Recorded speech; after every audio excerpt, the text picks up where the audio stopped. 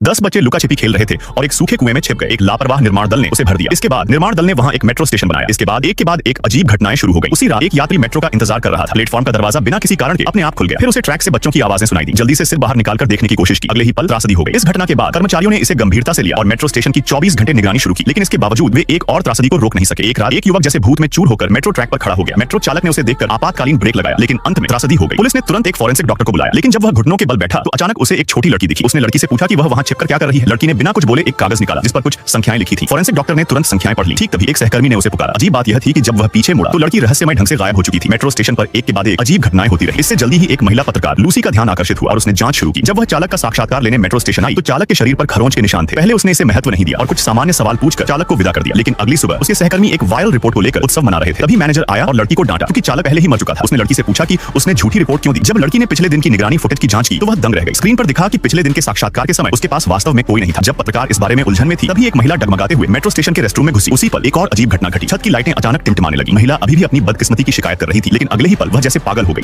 और एक रहस्यमय शक्ति द्वारा स्टॉल में खींच ली गई। सुरक्षा गार्ड ने अंदर से चीखें सुनी और रेस्टरूम की जांच के लिए दौड़ा, लेकिन जैसे ही वह पहुंचा उसे एक बच्चे की आवाज सुनाई दी। कुछ गलत होने का एहसास होने पर वह जल्दी से आगे बढ़ा, लेकिन उसी पल आवाज रहस्यमय ढंग से गायब हो गई। यह समझने के लिए कि क्या हो रहा है उसने धीरे से नीचे की फांक से झांका। जो उसने देखा वह भयानक था। रेस्टरूम की लाइटें लगातार टिमटिमा रही थी और एक पुरुष और एक महिला रहस्यमय ढंग से रेस्टरूम के अंदर मर चुके थे।